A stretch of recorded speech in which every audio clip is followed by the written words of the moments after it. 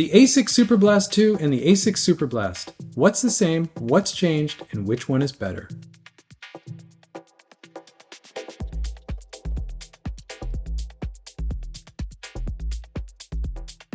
I bet there's two primary reasons you clicked on this video. The first one is you have the Asics Superblast, but it's going to be time to replace this shoe soon and you're wondering, should I upgrade to the Superblast 2?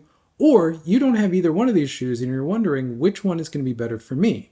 Starting with the specs, it's going to be very quick for these two shoes because they're essentially the same shoe. The stack heights are the same, the drops are the same, the way the drops feel are the same, the feel on foot is the same. The only real difference is in the weight. The Superblast 2 gained about 7 to 10 grams depending on what size you have, but that's all because of quality of life improvements in the shoe overall.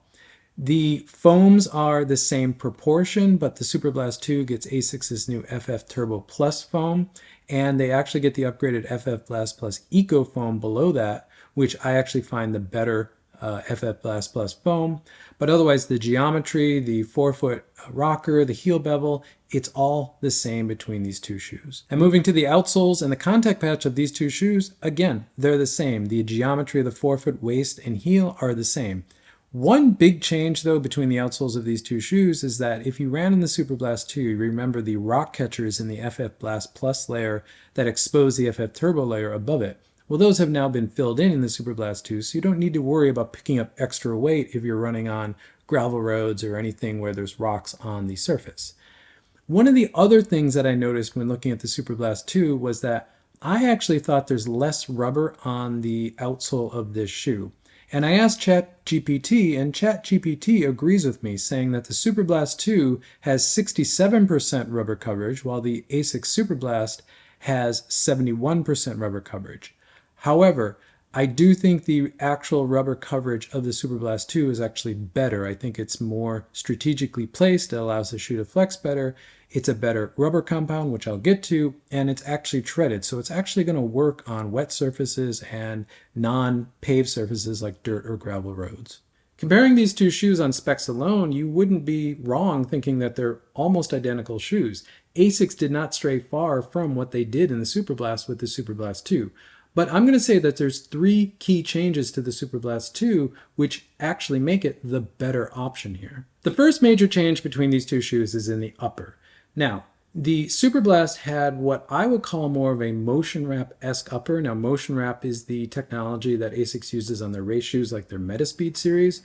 Not that this is a race upper on this shoe, it still was a training upper. It was just a much more lightweight upper, which I actually really liked.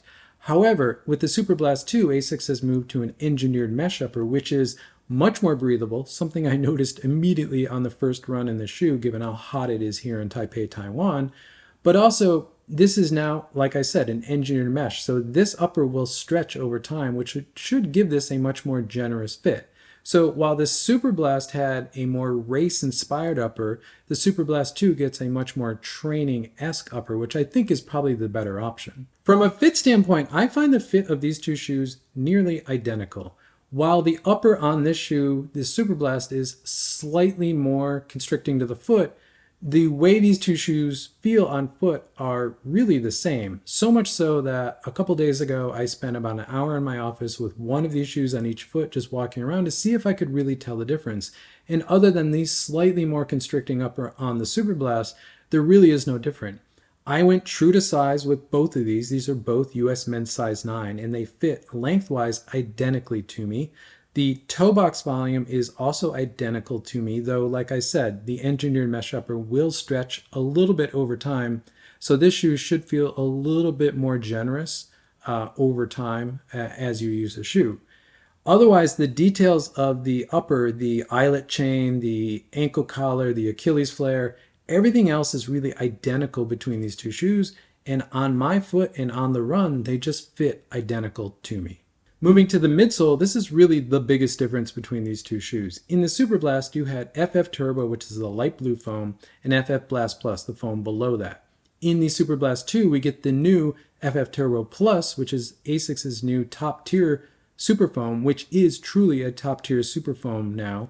And then below that, which you can't see as clearly on this shoe, but we have FF Blast Plus Eco below it. Now, FF Blast Plus Eco I find to be the more consistent Blast Plus foam. It just has always worked better for me, and I find it just more enjoyable to run in.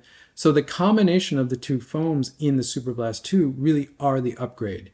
Now, what that means on foot is if you ran in the Superblast, you knew it took a little time to break in. It loosened up. It felt better after about 40 or 50K. Definitely after about 100K, this shoe just sort of broke in and felt really great. However, the Superblast 2 out of the box feels like a broken in Superblast 1. So the feel on foot in the first run in this shoe is kind of like a broken in version of this. Now, over time, FF Turbo Plus will get a little softer, will get a little bit more flexible. I'm noticing that in all of the running that I've done in the Metaspeed Edge Paris. And I think over time, this shoe may end up being slightly softer than this shoe, but functionally, they're not going to feel that much different. And on foot right now, these two shoes run identically. They sort of have the same energy return. They have the same sort of roll off the toe. The geometry is the same. Other than the foam over time being a little softer in the Superblast 2, and I think just a better foam overall, these two shoes run nearly identical. Now moving to the outsole of these two shoes, I've already talked about these outsoles from a spec standpoint, but how do they feel on the run? Well, on the Superblast, we had Asics' AHAR Plus rubber, which has always been a denser rubber to me, which maximized durability over grip. Whereas on the Superblast 2, we have Asics' Asics Grip rubber, which is actually the rubber they use on many of their trail shoes, which maximizes grip and actually has very good durability. So on the run, one of the changes that a lot of people were asking for of the Superblast was to make it more grippy, especially on wet surfaces or non-paved surfaces. And that's exactly what Asics has delivered with this outsole.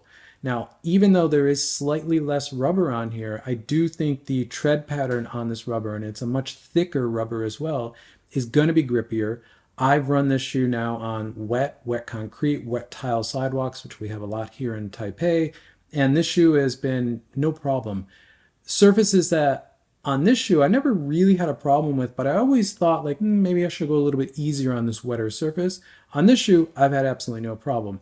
Additionally, because the holes in the FF Blast Plus layer of the Superblast are now covered in, I've taken this shoe on some gravel access roads without any fear of picking up a lot of rocks in the midsole, and this tread pattern actually works pretty well. So if you're running on gravel roads, dirt roads, not really trails, just more like non-paved roads, this is going to be a much better option over the original Superblast.